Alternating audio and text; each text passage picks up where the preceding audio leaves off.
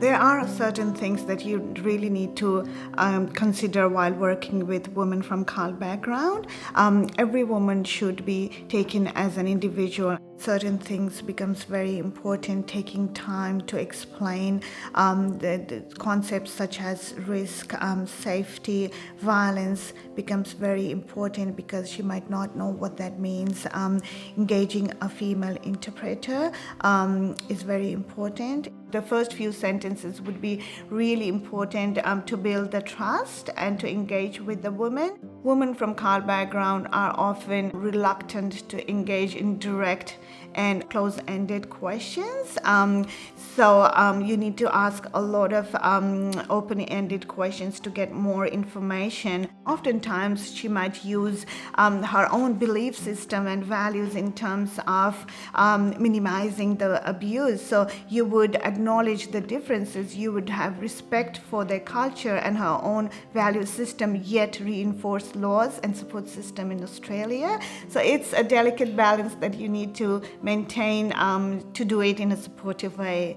Women from CAL background might be in a situation where there are complex family dynamics. Arranged marriage, forced marriages, in-laws really adds to the complexity of the family dynamics and or relationship that she might be in. Forced marriage is when a person, a woman or a man, is pressured into marrying another person without his or her consent. As a result of that, there will be emotional, physical, and psychological implications. In an arranged marriage, usually there is consent on the part of the couple. But a forced marriage is when there is no consent at all. However, there's a very gray area when we're talking about young girls, because young girls, without knowing their rights, and because they have grown to actually be very obedient to their elders, to their parents in particular, they could give consent, but consent without understanding, the whole situation, and without actually considering the fact that as children, they have a right to choose. If you're talking about victims' rights, this might be the first time that she has been exposed to victims' rights. She might not have had similar experiences in her country of origin. So explaining different roles of authorities and support system is very important, so women are empowered with information to access their own protection. While working with women from CAL background, it is very important to know where she has come from.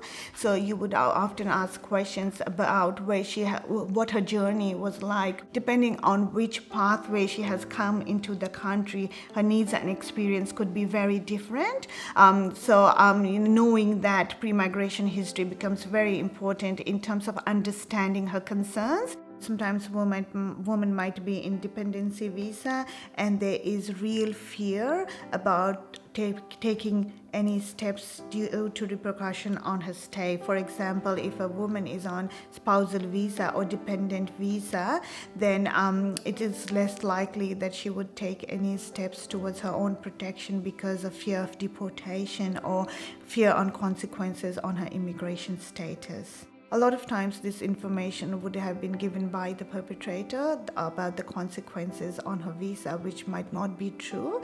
So you need to ask a woman the pathway that they've come from, their length of stay in Australia, and the visa status. The most important thing while working with women from CAL background is giving a lot of time, ensuring that she understands what you're referring to. And if you are referring to services, support services, or court or police, you need to explain their roles in depth so she feels comfortable with the information. Referral to a specialist organization for ongoing support becomes very important. So women continue to have that support system in place for her for future.